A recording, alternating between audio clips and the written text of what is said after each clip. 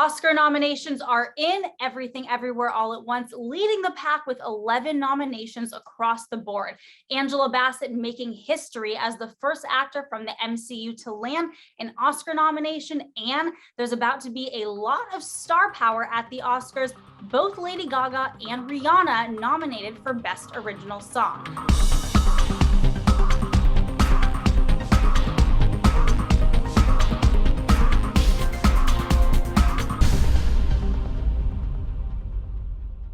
Clayton, were you surprised that Everything Everywhere All at Once performed so well?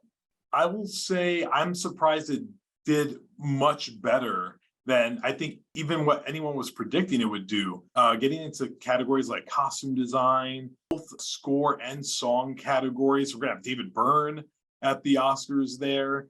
Everything Everywhere put itself in a really good position to maybe assert itself as the front runner in the race. You have the Daniels nominated. You have Michelle Yeoh becoming the second Asian woman ever to be nominated for Best Actress after Merle Oberon for The Dark Angel in 1935. And then with that, we have Ki Kwan. Jamie Lee Curtis is an Oscar nominee today, and so is Stephanie Hsu. It's all good things for Everything Everywhere All at Once. Yes, I was so excited to see all the love that the cast got across the board. I know that the two of us are very excited to see the Daniels getting that director nomination. You were predicting it. One of the things that you are calling, though, is you think that Top Gun Maverick actually has a very good shot at winning Best Picture. Now today with the nominations, that reality can come true. Did land in the Best Picture race.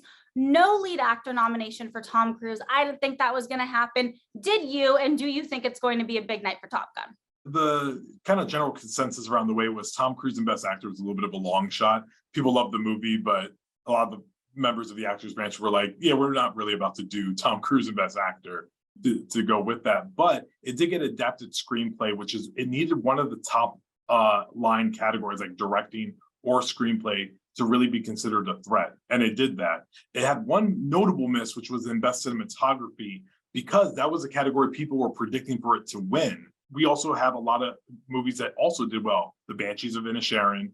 And then there's Steven Spielberg for The Fabelmans. I mean, The Fabelmans is his personal story, and he hasn't won Best Picture in 30 years. And it will be his third Best Director win if he were to do so.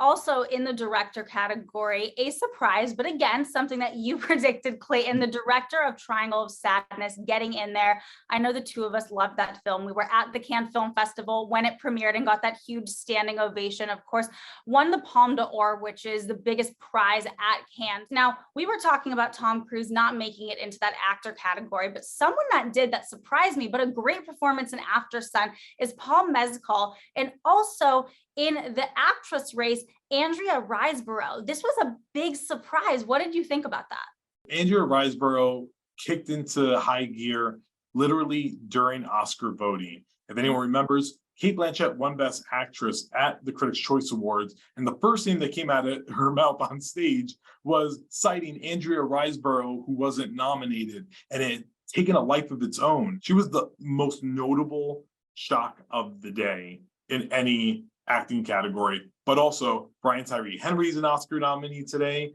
for his performance in Causeway. I mean, there are a lot of things worth celebrating, and it was a good day overall. Since we're talking Oscars, what is your final prediction for who is Don't say final. Don't you say final to me. This will be my prediction today, coming right off the cusp of it. But I mean, it's hard to argue that Everything Everywhere All at Once isn't in the best position to go for it. But outside of that, I would watch out for Banshees of Inisherin and The Fabelmans. The Fabelmans notably has two big notable snubs, quote unquote, under its belt in Miss Cinematography and Miss Editing. Editing is big for an Oscar film to win, but Banshee's got everything it needed to do it. So we'll see in the end. But right now, Everything Everywhere looks to be the front runner.